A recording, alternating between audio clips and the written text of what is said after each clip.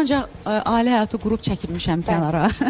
Belə bu məqama görə olub. Amma indi şükür Allaha, yəni öz sənətimdə, öz işimdə, öz gücümdəyəm. Peşman olmusan Rahide, sənətdən uzaqlaşdığına görə qısaca sonuncu sual. Baxır nəyə? Yəni məsələn övladımın dünyaya gəlməsi üçün əksinə yox. Deyirəm nə yaxşı, nə yaxşı mən, yəni sən Allah mənə verib. Hə, ona görə çox xoşbəxtəm, amma bəzən olub ki, məsəl üçün də biraz geridə qalmaq kimi fikirlərə görə hə demişəm ki, amma olur da həyat. Çox şükür Allaha ki, bütün arzularına çatırsan və qız arzulamısan Zəhra kimi. Allah sənə gözəl bir qız evladı da nəsib edib. Mənim oğlum dünyaya gələndə, 2-3 il sonra mən onda həyat yoldaşım da yox idi, ailədən də ayrılmışdım və mənim bir arzum var idi. Dedim Allahım nə olar, mənə qız övladı ver, adı da Zəhra olsun.